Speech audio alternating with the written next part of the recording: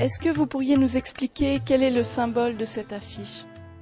Deux objets emblématiques de cette exposition, une Vierge à l'enfant, une Madone, conservée à Tongres-Notre-Dame, près de Chièvres, et de l'autre côté une Isis, donc une mère égyptienne avec son enfant Horus sur les genoux, tandis que la Madone, la Vierge à l'enfant, donc a bien sûr l'enfant Jésus sur ses genoux.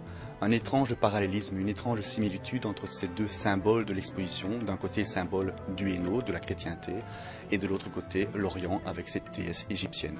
Le but est de montrer les rapports réciproques entre deux entités. D'un côté le Hainaut, au sens historique, le comté de Hainaut, mais aussi le Hainaut actuel, la province, avec un ensemble qui est le Proche ou le Moyen-Orient. Montrer que depuis l'Antiquité jusqu'au XXe siècle, il y a de très nombreux rapports, des rapports réciproques qui sont souvent insoupçonnés. Je parle de rapports en termes commerciaux, en termes de voyage, de pèlerinage, d'influences culturelles, cultuelles, et donc des rapports d'une très grande diversité qui à la base étaient totalement insoupçonnés, peut-être même des concepteurs de l'exposition. Est-ce que vous pourriez nous parler des perceptions à l'époque, je pense que c'est au Moyen-Âge, à l'époque du Moyen-Âge, donc la perception des Ainuyés de l'Orient? Qu'est-ce que connaît l'Ainuyé de l'Orient? Pas grand-chose. De l'oriental en tout cas, c'est les communautés juives et ce sont aussi les gens du voyage, les bohémiens, les gypsies, d'où le terme égyptien.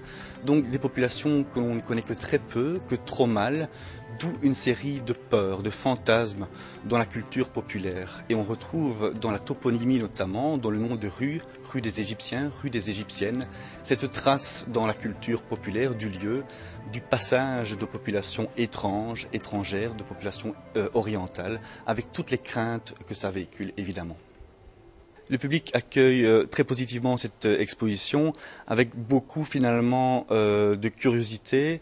Les gens sont interpellés, les gens ne se doutent absolument pas de la richesse de ces rapports, réciproques d'ailleurs, et surtout sur un laps de temps aussi long, 2000 ans d'histoire finalement. Donc les gens sont intrigués peut-être par l'affiche, par le titre, et finalement ressortent avec l'envie finalement d'en savoir encore plus, et pourquoi pas de prendre l'avion et de se balader à Héliopolis, qui est vraiment un des symboles, un des fils conducteurs également de cette exposition, avec la figure emblématique d'Édouard Rampin.